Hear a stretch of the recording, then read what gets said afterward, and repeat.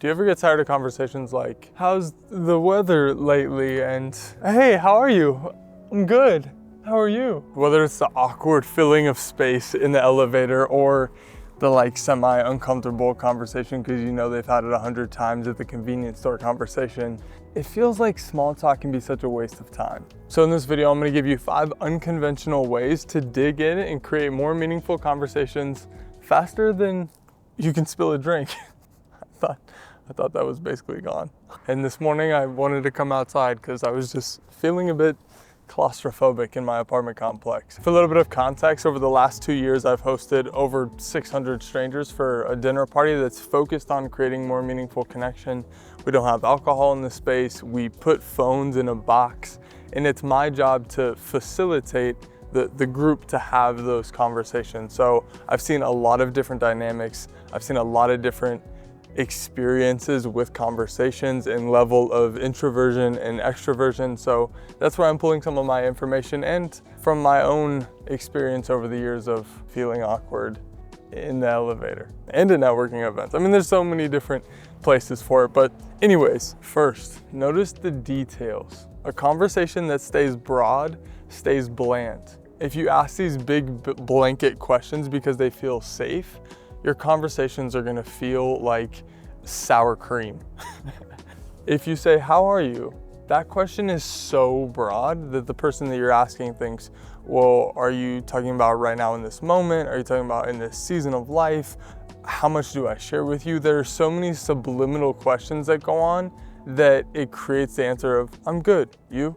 Because digging into it is actually too much of an ask, especially if you just met. But if you can notice the details about that person, say you see a massive rhino tattoo on their forearm, or you see that they're wearing a monochromatic sweatsuit, or you notice that they're off in the corner, that gives you something to do the second point, which is ask about the details. Notice the details. You'll start showing up differently in rooms if you start to prioritize this. Notice the details of the moment, the context, and then ask about it.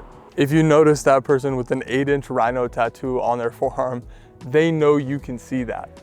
They're not oblivious to that. But we live in such a hesitancy culture that we feel like we're imposing by asking about people's specifics that we can visually see. What I'm offering you here is to ask, to lean into that discomfort and ask from a place of genuine curiosity. If you ask, hey, what's the inspiration, or where did you get the inspiration for that rhino tattoo?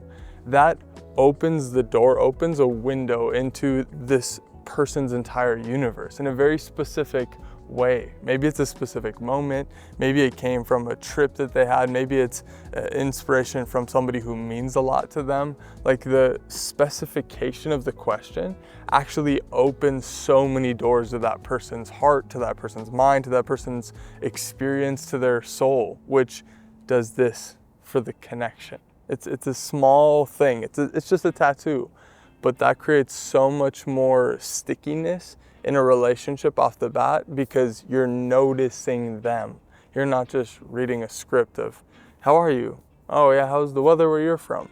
You're noticing them as an individual. So 1, notice the details. 2, ask about the details. 3, check your own energy. I've talked about this idea before on this channel, but I believe that there are stupid questions. It's an unpopular belief, but to me, what a stupid question is a question that comes from judgment, not curiosity. A question that is me trying to tell you something and then packaging it in a question. And they could be the same exact words. Let me give you an example. If they have the big rhino tattoo on their forearm, you could ask this question, why do you have a rhino on your arm? Or you could say, why do you have a rhino on your arm?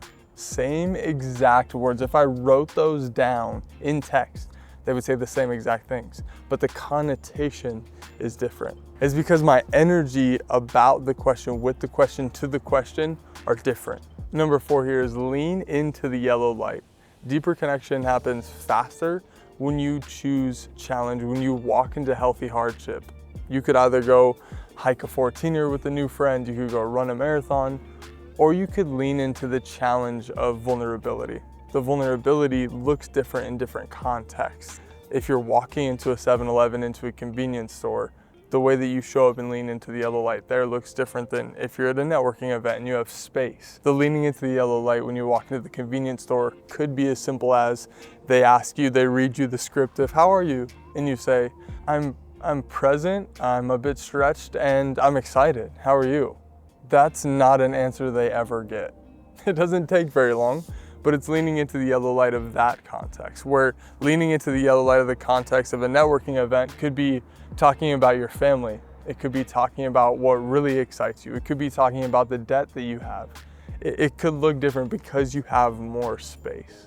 I'm gonna keep this video short today. The last one here is to embrace the silence, embrace the pauses. Don't forget to breathe. If you're breaking social patterning and this is a new way of being for you, this isn't going to be easy.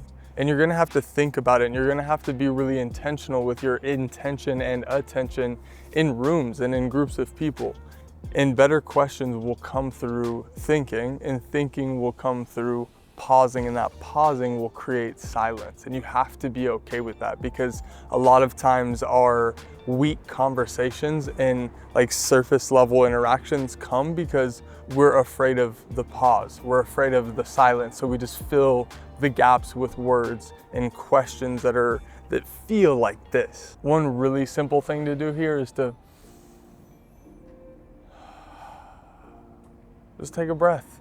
Take a breath and figure out what the better question is that you want to ask past the surface level question that you already have in your script. The breath automatically lends to silence. That's it for this one. Notice the details, ask about the details, check your energy, lean into the yellow light, and embrace silence. Those 5 things will create way more meaningful connections and conversations in your life, no matter the context. If you're new to this channel, I'm Ryan Fila. I'm currently talking about living life more alive, healthy, wealthy, and wise, and connection is such a big part of that.